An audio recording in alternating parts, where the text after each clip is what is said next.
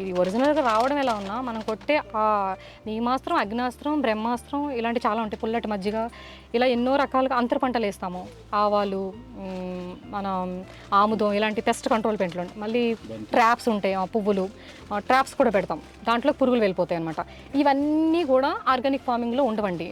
Semi fertilisers అంటే bio fertilisers అంటారు.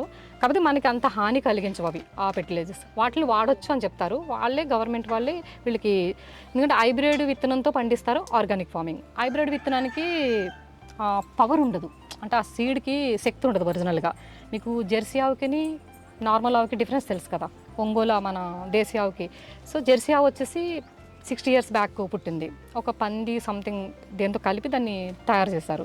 Just ఆవులా కనిపించి ఒక యానిమల్ అది ల్యాబ్లో క్రియేట్ చేస్తారు. అందుకే దానికి అవన్నీ అవయవాలన్నీ మోపురు ఉండవు, ఒక అట్రాక్షన్ ఉండదు, అందం ఉండదు, కళ ఉండదు, పౌరుషం ఉండదు, ఏమి ఉండదు దానికి. మీరు కొట్టినా పడుతుంది అంతే అది.